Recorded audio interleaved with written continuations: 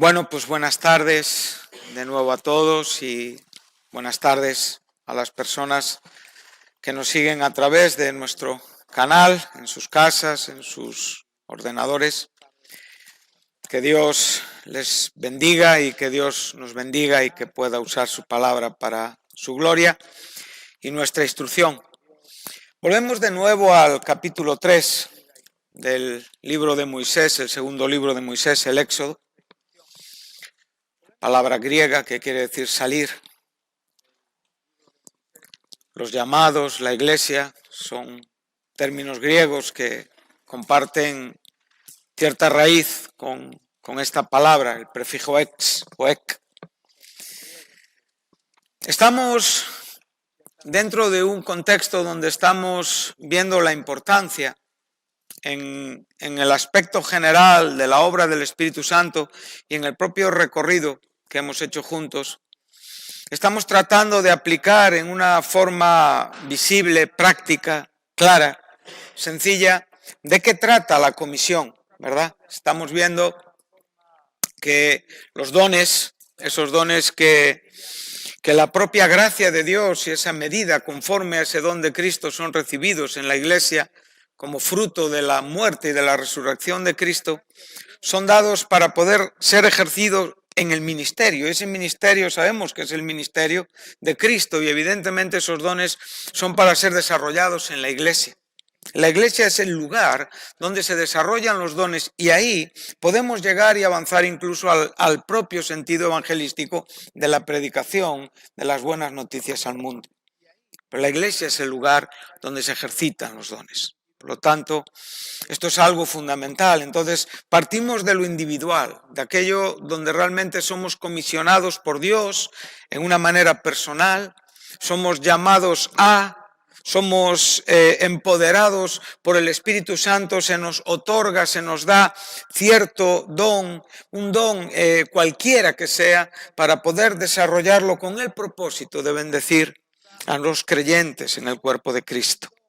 Entonces, en este sentido podemos ver que tanto lo individual como lo colectivo tienen un propósito en la comisión, en el llamado, en el propio don recibido, en el propio ministerio ejercitado.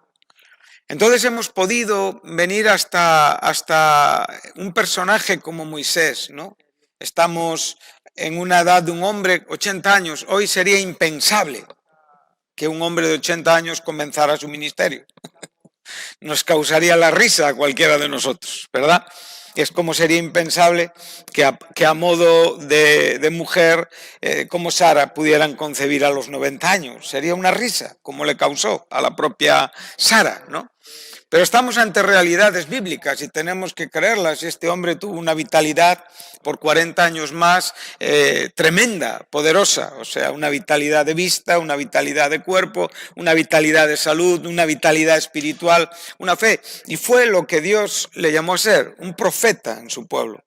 Moisés fue un profeta para el pueblo de Dios juntamente con Aarón, como veremos, posiblemente no hoy, pero en próximos estudios.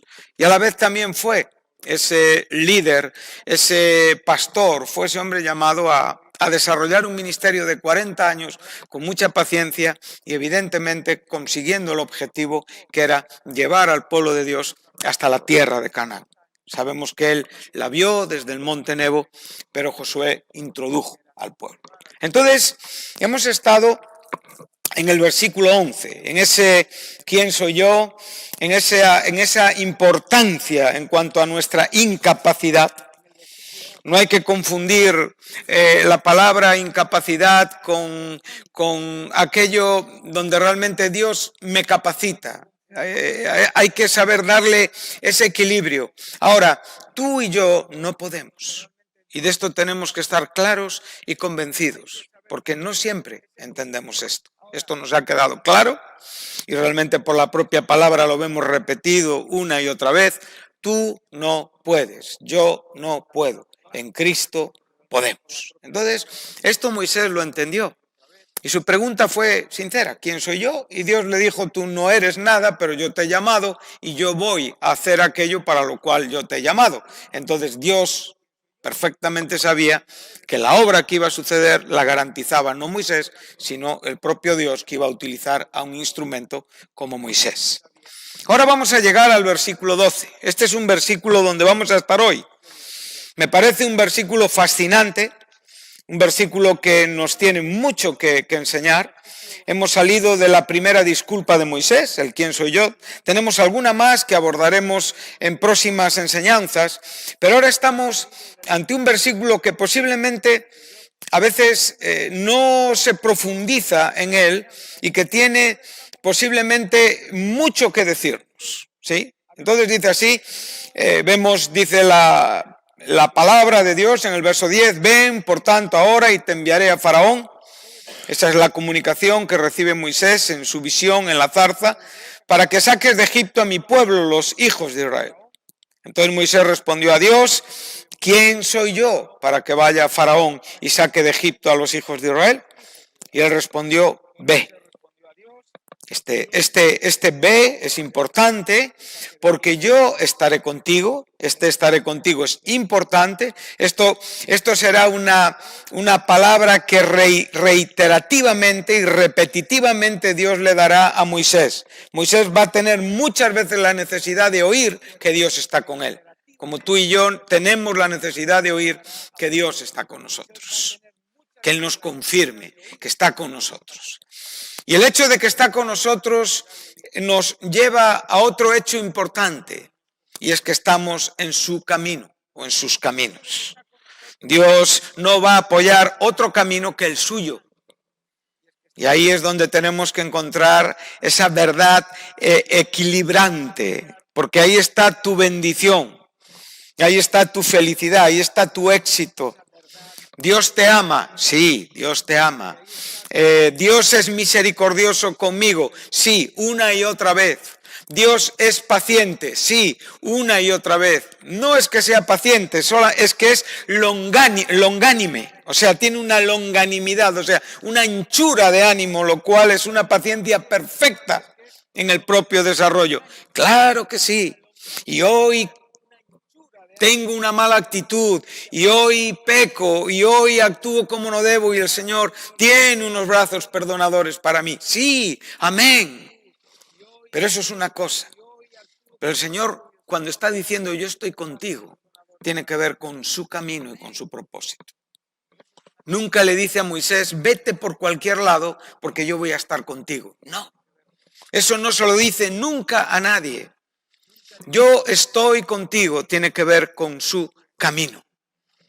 Entonces, fundamentándonos sobre esta verdad, la cual es importantísima y digna de examinar en nuestra propia vida, porque a veces, como digo, nuestras ideas distan, ¿sí?, de la propia idea que Él tiene.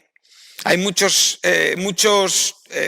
versículos que nosotros sabemos de memoria, pero muchas veces el alcance de esas verdades veremos que lo iremos descubriendo o lo estamos todavía por descubrir. Sabemos perfectamente las palabras de Isaías 55:9, donde claramente el Señor viene diciendo, mis caminos no son vuestros caminos, ni mis pensamientos son vuestros pensamientos. Como son más altos los cielos que la tierra, así son más altos mis caminos que vuestros caminos y mis pensamientos que vuestros pensamientos. Y así será mi palabra, que realmente nunca vuelve a mí vacía, sino que es prosperada para aquello para lo cual yo la envié. Entonces, esto le da a Dios el derecho y a nosotros nos da la urgencia de comprender en fe lo que Él nos está diciendo. No siempre nuestros caminos concuerdan con sus caminos. Nosotros, el hecho de haber aceptado a Cristo en el corazón no significa que yo esté acertando hoy con el propósito de Dios para con mi vida. El hecho de ser salvo no significa que yo esté acertando. Esto es un hecho importante. De esto, como digo, depende tu vida. Tu vida depende de esto. No mires hacia ningún otro lado, mira por favor hacia esta verdad. Eres joven, mejor, eres mayor, pues está bien también. Veremos hoy que la comisión no está únicamente dirigida a los más jóvenes. Dios nos puede comisionar en cualquier momento de nuestra vida. Pero la comisión, no te olvides, pasa por su camino, no por tu camino. Si estás dispuesto a poner tus pies en su camino, entonces podrás entender lo que vivió aquí Moisés. Esto es algo muy personal, muy, muy personal. Moisés decidió obedecer al Señor. Entonces, la segunda parte del versículo, que es donde yo voy a estar en esta tarde, dice, y esto te será por señal de que yo te he enviado. Cuando hayas sacado de Egipto al pueblo, serviréis a Dios sobre este monte. Observa que lo que Dios está diciéndole a Moisés va a responder al Señor. Y la garantía y la comprensión de que realmente acertó en el camino por el cual anduvo es que él volvería con este pueblo a este lugar donde estaba en este momento. Y en este lugar Moisés sabría que Dios le llamó a él. La señal tenía que ver con Moisés. Y el pueblo corroboraría y confirmaría la señal adorando a Dios en el monte. Ahora, observa por un momento.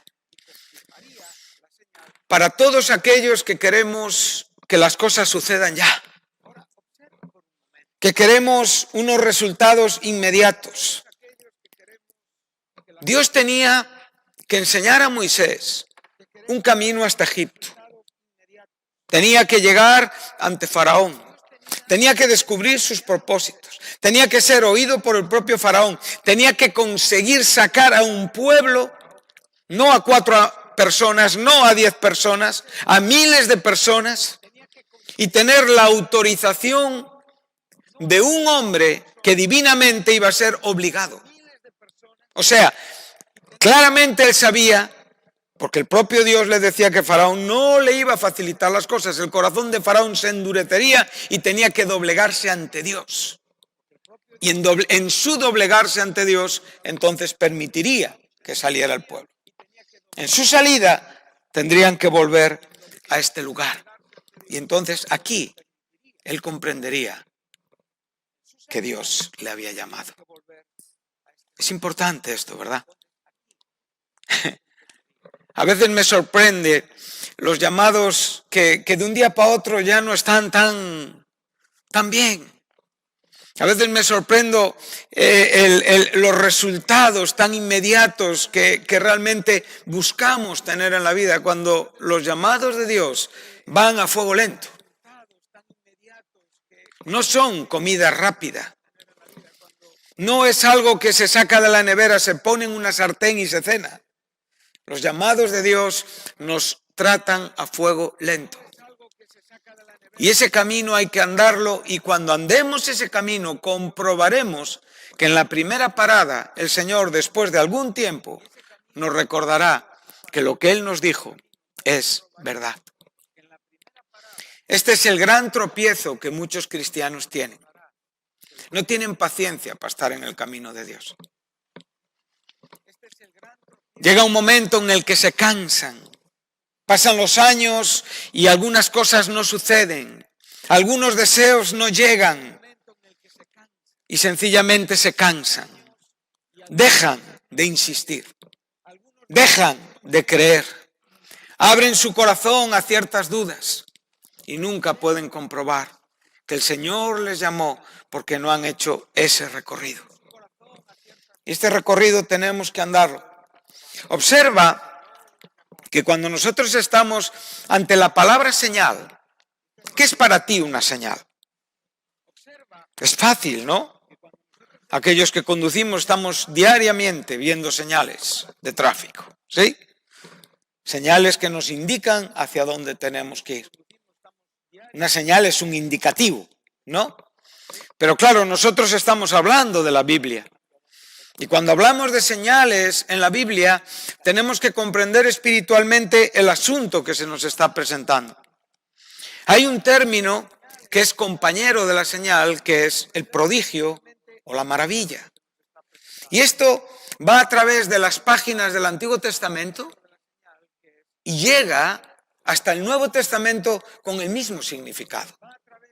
O sea, no cambia lo que nos quiere decir Dios en cuanto a lo que el término significa. Los dos términos se compaginan, se complementan, se potencian en significado. Y son una auténtica maravilla espiritual cuando los podemos comprender juntos. Y cuando no solamente los podemos comprender juntos, sino los podemos aplicar a nuestra propia vida. Porque lo importante, lo relevante, no es la historia de Moisés, lo cual es maravilloso. Evidentemente es la palabra de Dios, sino ¿qué puedo yo aprender en esta situación? Que Dios fue fiel con Moisés, amén. Que Dios cumplió el propósito con Moisés, amén. Que Moisés llegó hasta donde Dios le dijo, amén también. Pero ahora mi pregunta es, ¿y yo? ¿Y tú? Esa es la cuestión, ¿no? Ese es el asunto que nos importa. ¿Yo realmente llegaré? ¿Estoy realmente convencido? ¿Tengo esta disposición real y verdadera en mi propio corazón? De esto va a depender tu éxito en Cristo. De esa paciencia, de esa confianza, de esa fe y de esa realidad capacitadora que Dios llevó a cabo milagrosamente en ti y en mí. Entonces, cuando estamos viendo señales y prodigios, estamos viendo dos palabras que funcionan y se complementan, pero que a la vez tienen significados diferentes. Y no solamente tienen significados diferentes, sino que, como digo, van juntas de la mano hasta el Nuevo Testamento. Si pudiéramos hablar de una diferencia entre la señal y el prodigio, sería que el prodigio produce admiración y la señal apunta hacia algo. Esto es importante. O sea, la señal, en este caso, apuntaba hacia aquello que iba a determinar y confirmar aquello que Dios había hablado. O sea, era una señal que no estaba buscando, en cierta manera, motivar la vida de Moisés. No, la señal lo que recordaba era la exactitud de Dios. A veces nosotros buscamos señales, pero señales para nuestra conveniencia. Buscamos que algunas cosas sucedan para que en cierta manera otras que deseamos salgan. Y casi siempre las señales favorecen nuestros deseos, no sé por qué. Siempre, o sea, tú hablas con un cristiano y sus señales le identifican en aquello que él está en la vida, prosperando, caminando, esperando y deseando. Pero a veces las señales también prohíben, ¿no? Y dicen no. Pero este tipo de señales son las que menos abundan en nuestra experiencia. No estamos hablando de estas señales. Yo he visto muchas personas fracasar con este tipo de actitudes aparentemente espirituales. Son de carácter supersticioso, más que espiritual. Las señales de Dios son evidentes y las tenemos que aprender a distinguir porque a veces no son fácilmente distinguibles. Y esto es algo que requiere profundidad y vida espiritual. Y algo que fácilmente puede llevarnos a un error, con mucha facilidad. Entonces, de esto depende, como digo, nuestro propio desarrollo, nuestro propio caminar. Estamos viendo que la señal apunta hacia algo y el milagro produce admiración. O sea, el milagro lo pueden ver muchos y no pasar nada en su propio corazón. Sencillamente admirarse de algo que sucede, pero la señal es indicativa y tiene que ver con alguien, casi siempre, tiene que ver con alguien a quien Dios le quiere decir algo y en muchos casos es probable que también tenga que ver con un colectivo de personas. Los discípulos lo vivieron en el Nuevo Testamento, el pueblo de Israel lo vivió en el Antiguo Testamento. El primer punto que puede tener una señal es un medio de convicción de Dios. Primeramente a mí Al primero que me tiene que convencer es a mí. El ejemplo lo tenemos en lo que sucede ya en el siguiente capítulo 4, cuando en las propias preguntas que Moisés está haciendo, Dios le está diciendo que tome una vara en la mano, ¿sí? Y realmente esa vara se convierte ¿en qué? En una culebra. Después le dice, toma de nuevo, y esa culebra se vuelve a convertir ¿en qué? Y Dios le dice, esto te será por señal delante de Faraón. O sea, esta prueba sería una señal convincente de Faraón de que Moisés era enviado por Dios. Después le dice, mete tu mano aquí, en el pecho. Sacó la mano leprosa. Vuélvela a meter y la sacó limpia. Esas dos señales fueron claramente elementos convincentes y persuasivos de Dios para el propio Moisés y para el propio ministerio que Moisés iba a desarrollar. En este sentido, tenemos asuntos que son bastante, pero bastante importantes. Por ejemplo, tenemos en Jueces 6:17, no vamos a ir a nota, la historia de Gedeón. Ahí tenemos un contexto que nos está apoyando en cuanto a lo que estamos diciendo. Es importante, ¿eh? Veréis dentro de un poquito que lo que estamos hablando es muy, muy importante. La historia de Gedeón, evidentemente, él buscó probar a Dios. ¿Sí os acordáis? Y él sencillamente dejó un vellón de lana y 2 veces le pidió primeramente que la tierra estuviera seca y el vellón mojado, y después al revés, que el vellón estuviera seco y la tierra mojada. Si realmente Dios le iba a dar una victoria contra los madianitas. Esa guerra o esa batalla o ese llamamiento, Dios lo confirmó cambiando el nombre de Gedeón en Jerobal. Y no solamente esto, sino que la propia historia nos enseña de un sacrificio, si recordáis, donde el propio Gedeón equivocado estaba poniendo los ingredientes del sacrificio por su propia fuerza. Pero fue Dios quien encendió cuando realmente puso el sacrificio sobre la roca. Posteriormente, en las propias 2 veces que Dios le dio una señal de que estaba con él, esa señal después fue la propia prueba de Dios al propio Gedeón. Él iba con 32.000 hombres y de repente se le tuvieron que ir 10.000. Y de esos 22.000 que quedaron, en el fin tuvo que ir con 300 a la batalla. ¿Con qué propósito? Con que Dios llevara la gloria de esa comisión. Entonces podemos ver que todos los asuntos con los que Dios señala es para progresar en su propósito. Y esas señales, como estamos viendo, evidentemente eran medios para convencer al agente o al siervo o al hombre que era llamado para ganar esa batalla y liberar al pueblo de Dios de ese tiempo en las diferentes guerras en el tiempo de los jueces. Entonces, en este sentido, tenemos un ejemplo claro e interesante, ¿sí? También tenemos en Isaías 7, este sí le vamos a leer, porque estamos ante un texto maravilloso, con el rey Acaz, ¿sí? Entonces, aquí estamos ante una señal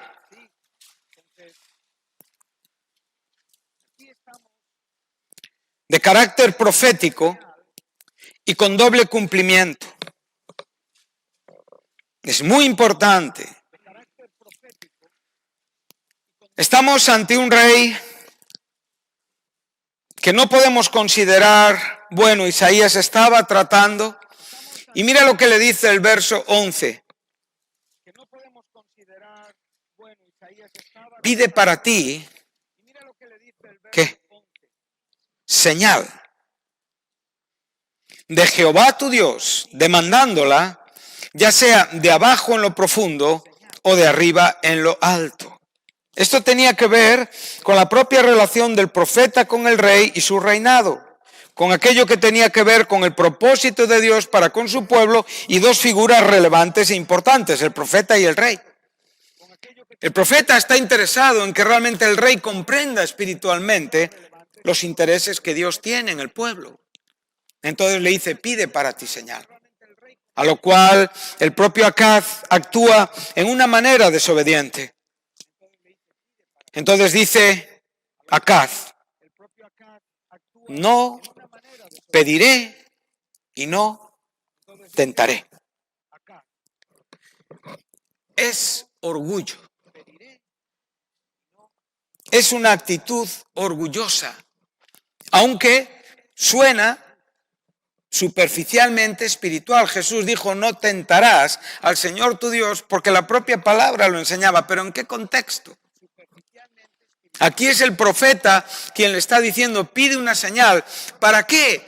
Porque Acaz necesitaba recibir, ver esa señal para su propia experiencia, para su propio trabajo, para su propio ministerio.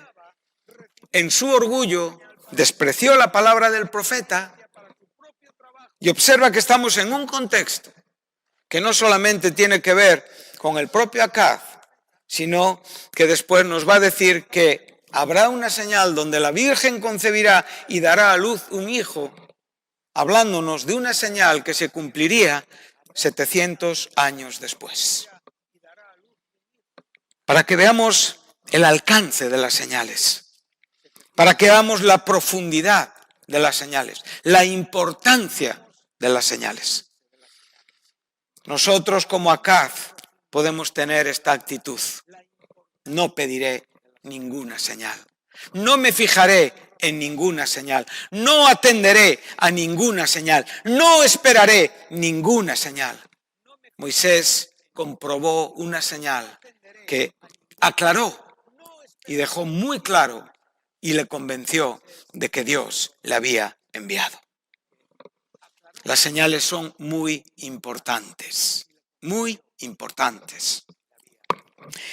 Lo podemos ver en primer libro de Samuel, volvemos a Éxodo, en el capítulo 14, versículo 10, donde es Jonathan quien en la batalla con los filisteos, él le manda una señal y esa señal se cumple y abordan la batalla y la vencen. Por lo tanto, en primer término, la señal es un medio de convicción, de persuasión de Dios. En una segunda manera, volvemos a Éxodo 3, la señal son confirmaciones de algo que se dijo previamente. También es importante que podamos ver estos dos asuntos.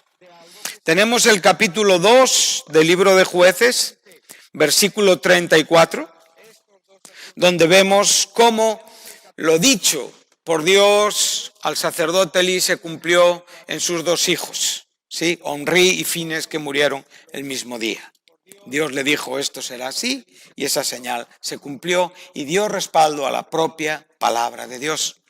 Tenemos las palabras de los ángeles, capítulo 2 de Lucas, versículo 14, y esto será por señal, hallaréis al niño Cuando vieron al niño en pañales, ¿qué comprobaron? Que lo que los ángeles habían hablado era la palabra de Dios. Sí, entonces podemos ver que estas cosas son importantes y en el propio texto de Isaías 7:14 podemos comprobar lo mismo, donde hemos estado hace un momento. Entonces, esta señal del versículo 12 mira hacia el futuro. Y cuando se cumpliera, estaría ratificando lo que el Señor habría dicho a Moisés.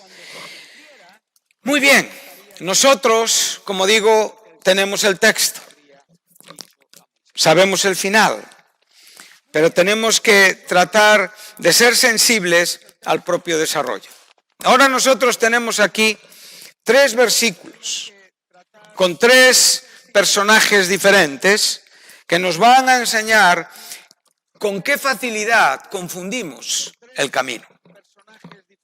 Porque la señal es una lámpara en tu propio camino. A veces la señal es la palabra de Dios.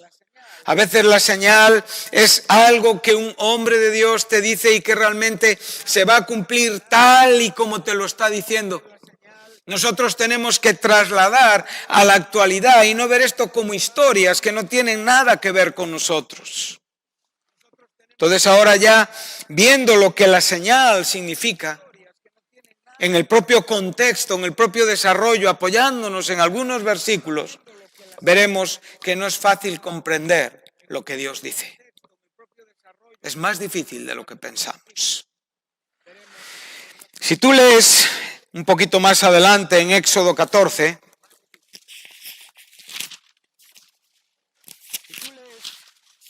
muy interesante lo que vamos a leer.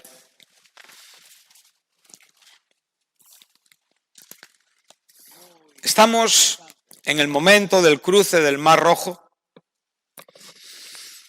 y estamos ante la opinión de las personas que estaban asistiendo a lo que estaba aconteciendo. Había un hombre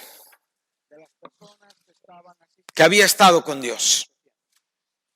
Ese hombre había oído la voz de Dios y había recibido la comunicación que estamos leyendo y escuchando en esta tarde.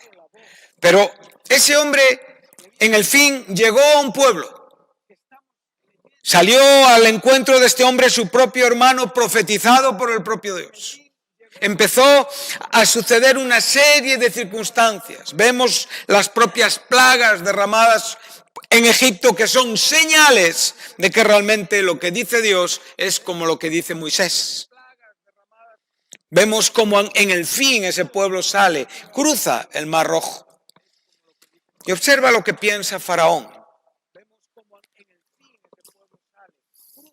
Nosotros a veces únicamente vemos una línea recta. Pero ¿dónde le dijo Dios que volvería? ¿A dónde? A Sinaí, al monte Horeb, que es lo mismo. Pero ¿dónde dijo Dios que irían? ¿No era una tierra que fluía leche y miel? ¿Era Horeb? ¿Canaán? No. Esto ya se complica un poquito más, ¿no? Horeb no quedaba de camino entre Egipto y Canaán. No era un lugar de paso. No era un camino para hacer noche y seguir. No era una línea recta. Sencillamente Horeb estaba en otra dirección. ¿Cómo es esto? ¿Es que a Dios no le importaba llevarles a Canaán? ¿No era el propósito prometido a Abraham? ¿No tenía que ver con los propósitos con Isaac y con Jacob? ¿No es lo mismo que escuchó Moisés? Pero sin embargo vemos que la señal tenía que ser en Sinaí, en Horeb. Hay unos 400 kilómetros desde donde ellos salieron hasta aquí. Y curiosamente, 200 kilómetros para poder salir de un desierto donde estuvieron 40 años. Con un coche, en unas horas, tú llegarías al lugar donde el pueblo de Dios estuvo 40 años dando vueltas. ¿Te gustan las vueltas?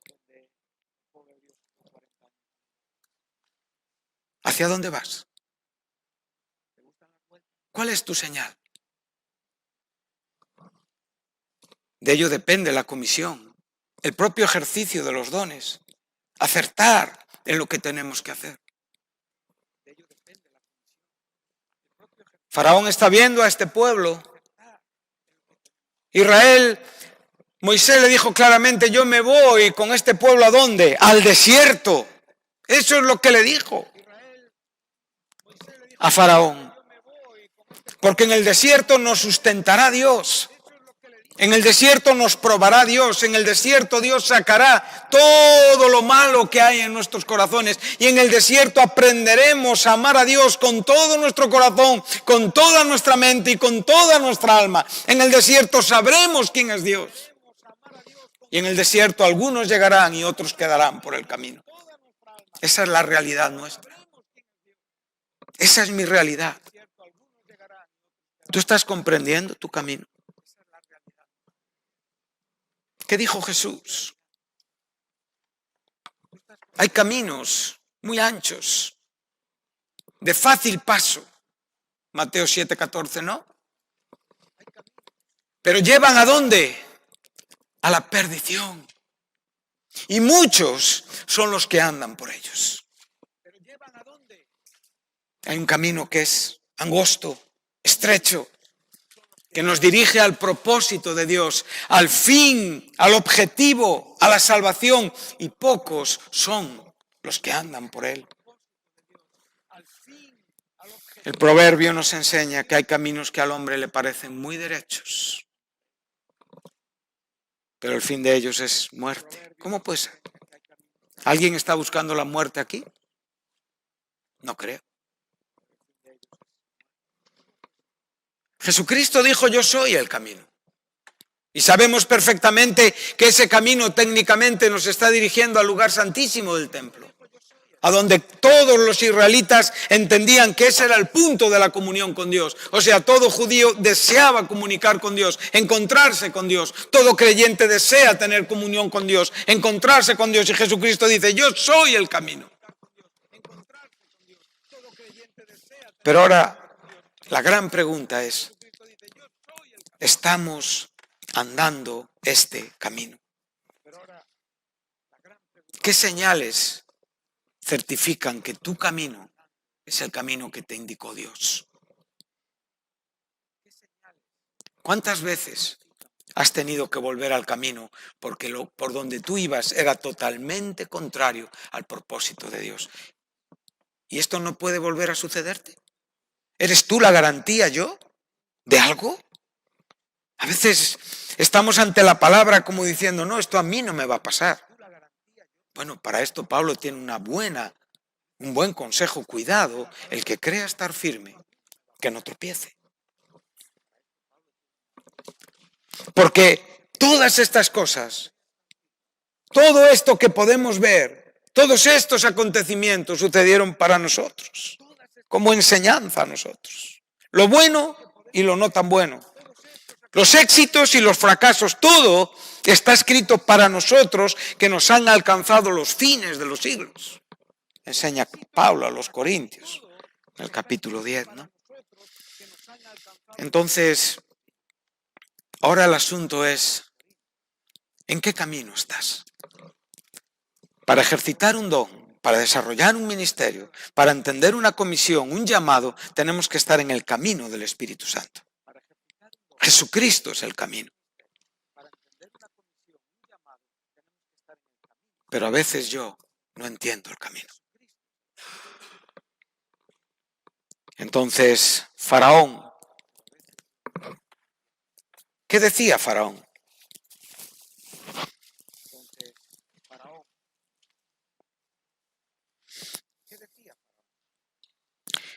Faraón lo que diría es que los hijos de Israel, ¿dónde están?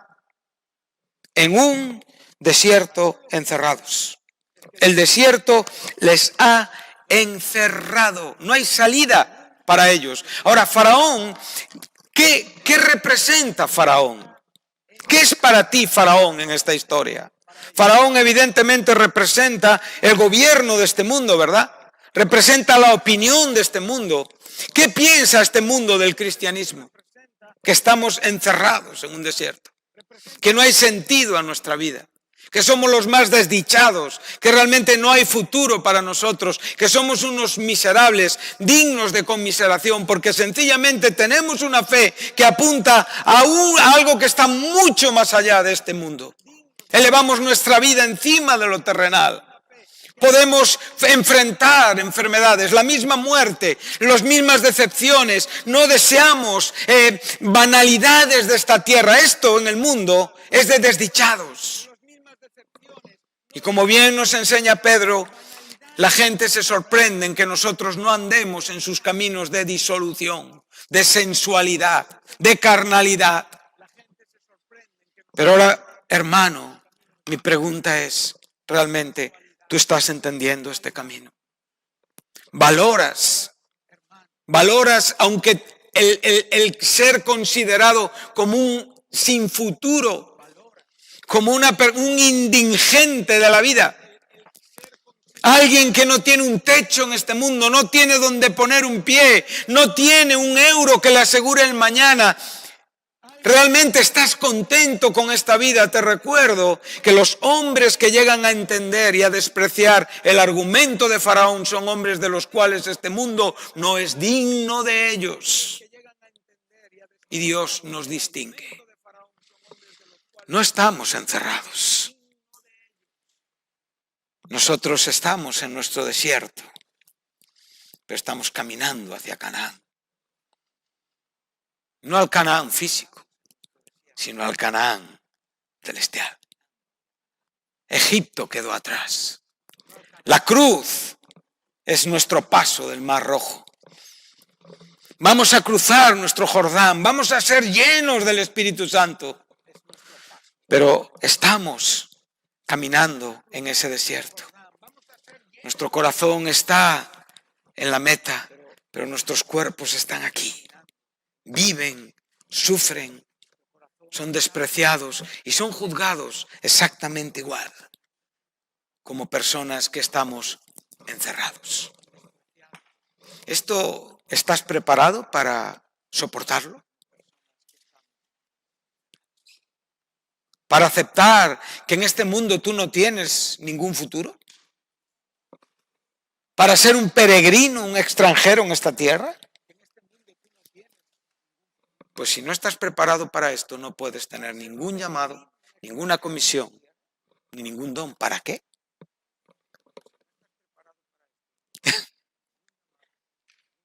Las cosas tienen evidentemente un valor y una profundidad.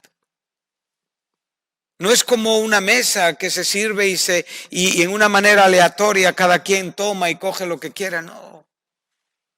El llamado tiene un precio. El llamado exige todo, o si no, no puede haber una respuesta. El llamado es la cruz. Es tomar la cruz y seguir al Señor. Con lo que la cruz significa.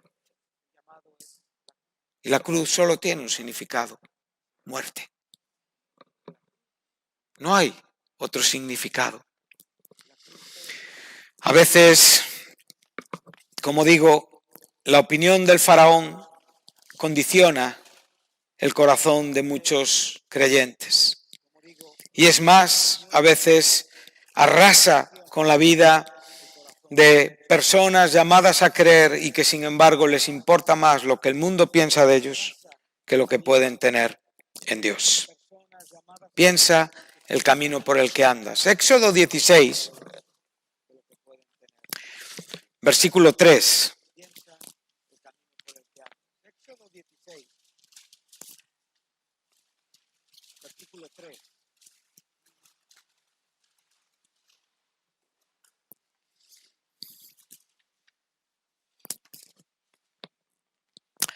Ya nos hemos adentrado en el desierto. Sabemos que cuando llegaron a Sinaí ellos vivieron un año entero ahí hasta que construyeron el tabernáculo.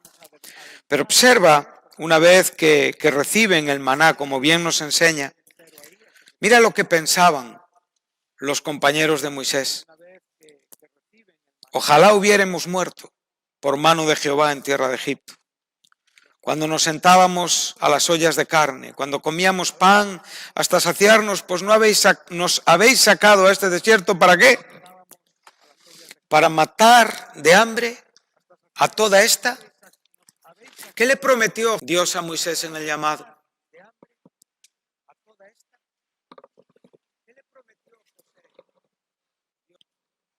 ¿Qué le prometió? Estamos hablando del verso 12 y esto será por señal, ¿os acordáis? Estábamos ahí, ¿no?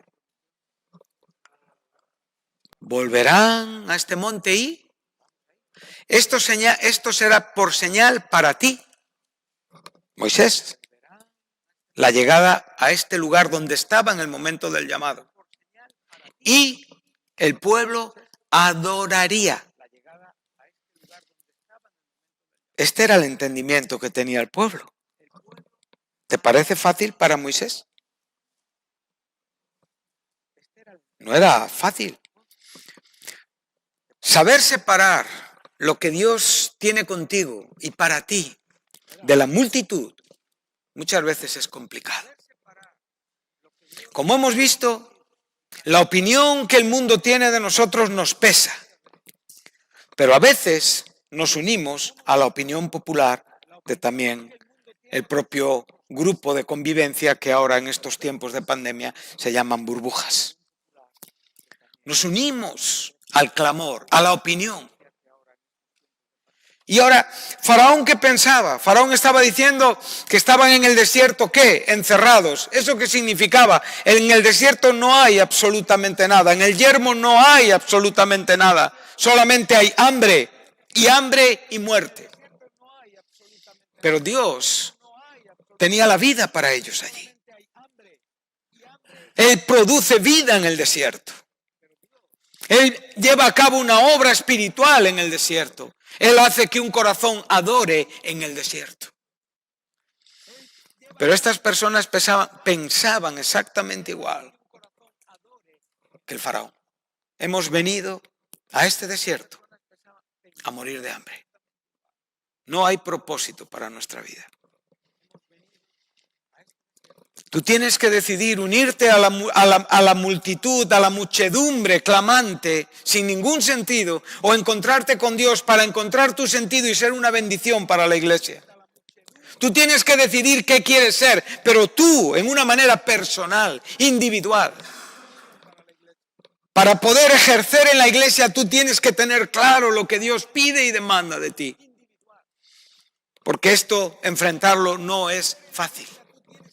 Unirse a este clamor es muy fácil y eso es solo unirse a la queja, unirse a la crítica, unirse a la murmuración, unirse al desprecio. Eso va solo. No necesitamos ni convencer a nadie. Sobran personas que realmente puedan y quieran pensar así. Lo complicado es esas personas que realmente no quieren unirse a este tipo de pensamiento, porque les importa lo que Dios quiere de ellos. Y aunque no buscan tener el éxito para su propia gloria, quieren vivir para Dios de tal manera que sean una bendición para otros, aunque a veces no les entiendan, aunque a veces tengan que quedar mal, aunque a veces tengan que sufrir el propio desprecio de sus amigos. Dios es más importante que tus amistades, que tus padres, que tu esposo, que tu esposa y que tus hijos, que tus hermanos en la fe, que todo. Apartarte para Dios es lo principal en tu vida. Entonces, ellos vienen a decir, ojalá muriéramos como murieron ojalá sufriéramos el juicio de Dios. ¿Cómo un creyente puede pensar así? O sea, la plaga, el ángel de la muerte que pasó por los hogares de los egipcios, que hubiera pasado por nuestra casa y no solamente hubiera matado a nuestros primogénitos, sino que nos hubiera matado a todos. No merece la pena nuestra vida. Es así como ves tu vida hoy. Son cosas importantes, amén. Muy importantes. Pedimos esa muerte, nos igualamos con la propia idea del mundo, pensamos casi exactamente igual que el propio faraón y codiciamos y anhelamos la comida que se comía allí. Y el Señor nos contesta y nos responde una vez más, yo soy el pan vivo que descendió del cielo. Amén. Quien come de este pan, quien participa, quien bebe de esta sangre, no verá muerte jamás. Las palabras que yo os hablo son espíritu y son vida. Esto es lo importante. Amén. Ahora observa que todo, vamos ahora al 3 de nuevo y vemos la importancia. Entonces, tenemos ya 3 detalles importantes. Hemos visto la señal, lo que la señal representa, ¿sí? Para quién era la señal, lo que iba a suceder cuando Moisés comprobara esa señal acompañado de este pueblo que adoraría a Dios, y podemos ver la importancia del camino, ¿sí? Curiosamente, hemos dicho antes que señales y prodigios o maravillas tienen el mismo significado en el Nuevo Testamento, van de la mano, pero curiosamente el término camino también.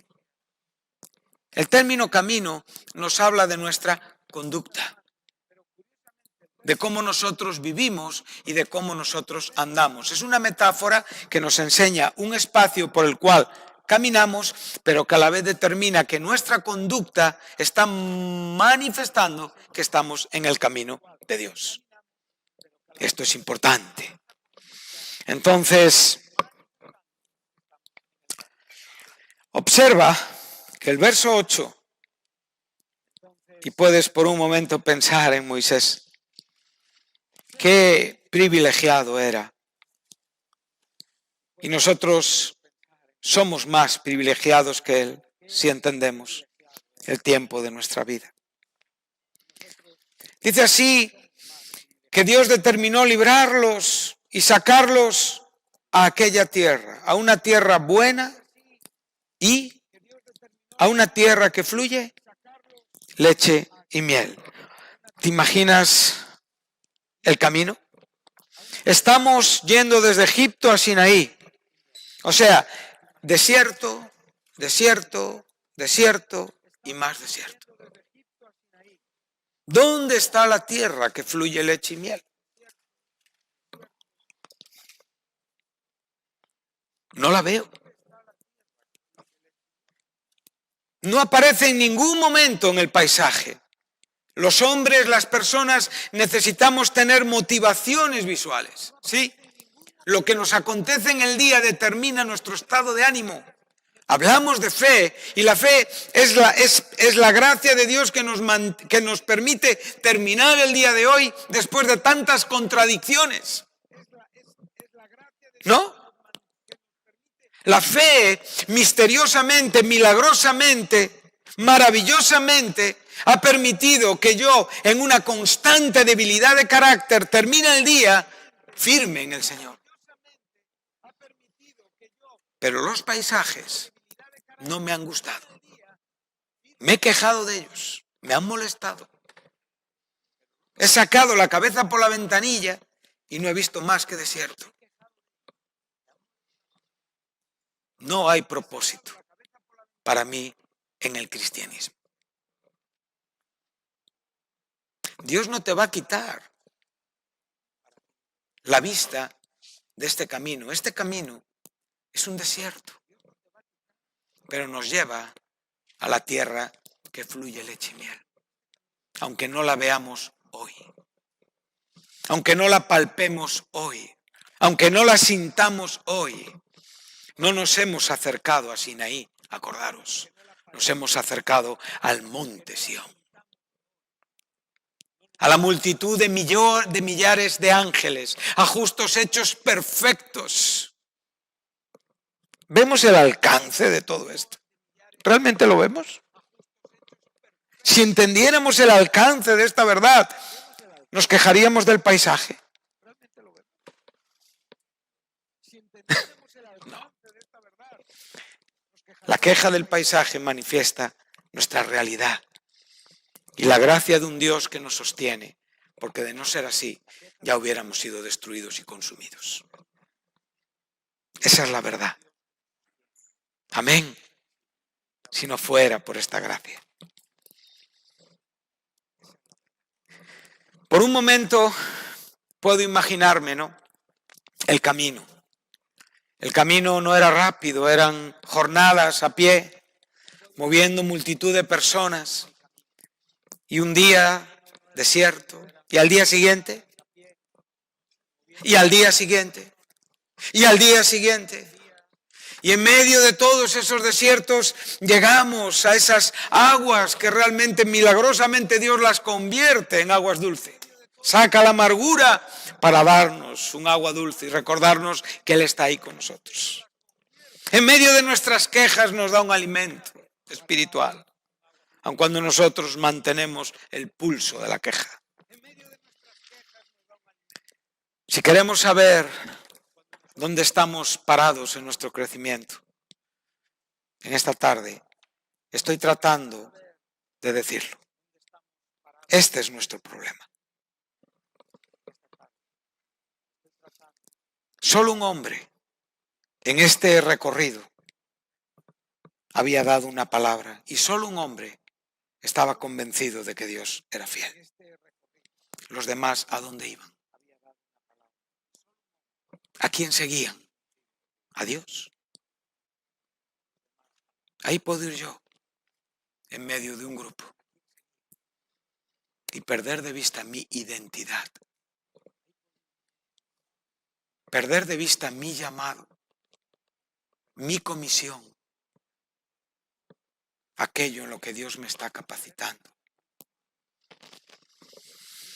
Estas cosas nos enseñan. Moisés sabía a dónde iba. Era imposible encontrarse con Canaán. Él tenía que ir ¿a dónde? A Sinaí.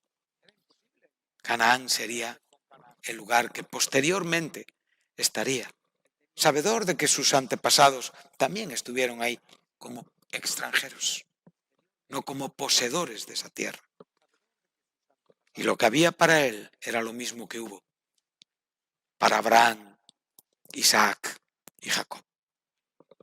Y lo que hay para ti es lo mismo que hay para las generaciones más mayores. Estamos dispuestos a tomar esta comisión, a responder en fe, a aceptar aquello donde Dios nos quiere llevar, aun a pesar de las circunstancias que nos contradicen, ese desierto que no nos gusta, que no nos satisface, que no nos ofrece un futuro, que no nos da absolutamente nada.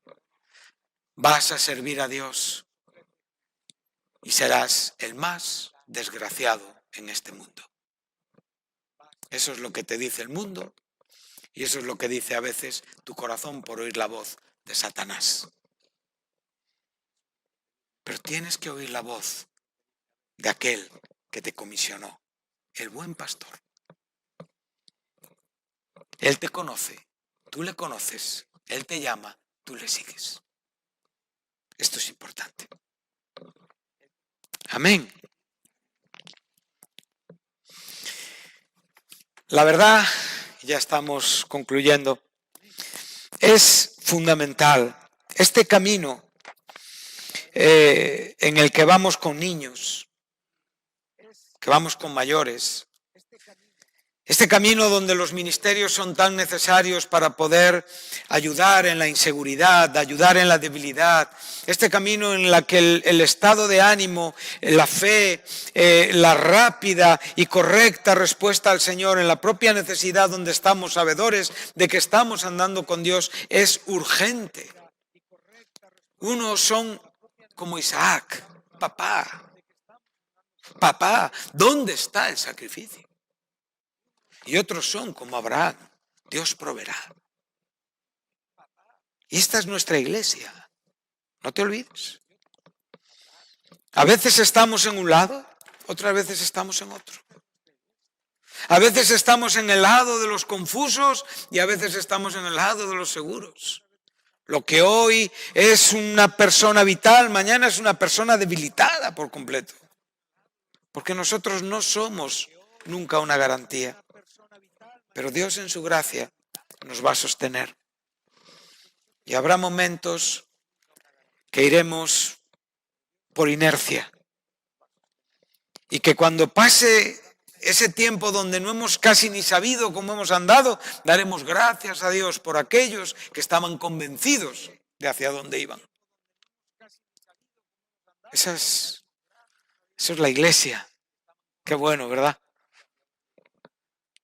A veces yo no he tenido esa fe, pero Dios en su gracia me ha cuidado y me ha llevado y me ha dirigido. Y cuando llegaron a ese monte, cuánto disfrutaron, ¿verdad? Ay, Dios les estaba esperando, o sea, Dios no se había movido de allí. Moisés se había ido, Moisés había vuelto y ya no había vuelto solo, Ahí pudo ver de nuevo, ahí a sus propios familiares, a su suegro. Hay muchas cosas maravillosas, pero lo más maravilloso es que realmente Dios entró en comunicación con este pueblo. No solamente con Moisés, con Aarón y con otros muchos de este pueblo que llegaron a comprender espiritualmente quién era Dios. Y al final este pueblo, a quien Dios le prometió que llegarían al otro lado del Jordán, llegó. Aunque muchos, como digo, quedaron por el camino. Sabemos, ¿no? La incredulidad ante la misma tierra prometida les sentenció. La falta de entendimiento de los dos líderes les dejó fuera de la tierra.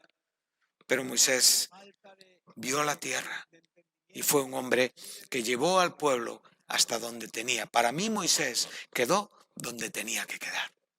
Quiero vivir como Moisés. Quiero realmente encontrar en Moisés un ejemplo a seguir. Y el día que me muera, ver a otros continuar la obra de Dios. Ese es el corazón de un siervo de Dios. Vivir para que otros anden con el Señor. Pero para eso tienes que ser pobre en esta vida. Para eso tienes que renunciar a este mundo. Para darle todo a Jesús. Si estás dispuesto, entonces podemos empezar a hablar de un llamamiento. Y si no, no hay nada que hablar. Porque no hay ni un comienzo en otra manera que no sea aceptar lo que Dios te está ofreciendo. Solo te pido que podamos considerar que nuestros caminos pueden estar un poquito equivocados. Igual no son esos caminos que pensamos que son. Y aunque estamos sostenidos por Dios, estamos poniendo en riesgo nuestro futuro. Estamos tentando constantemente a Dios, estamos arriesgando nuestra vida, siempre andando por esa cuerda fina con precipicios a los lados, siempre tonteando, gustando, picoteando un poquito allí, un poquito allá, pero saboreando el mundo en nuestro corazón. No podemos ser llamados así. Dios quiere personas serias con Él. Tengas 15, tengas 16, tengas 40, tengas 60. Nunca es tarde para un comienzo. Hoy puede ser un día de comprensión, pero también un día de sinceridad. Y lo digo de verdad, lo digo de verdad. Quizá no estás viendo lo que Dios tiene en la falda del monte. Quizá no estás viendo lo que Dios tiene, como decíamos Isaac subiendo con su papá Abraham a Moriah. Pero curiosamente, Abraham vio lo mismo que Moisés. Volveremos y adoraremos.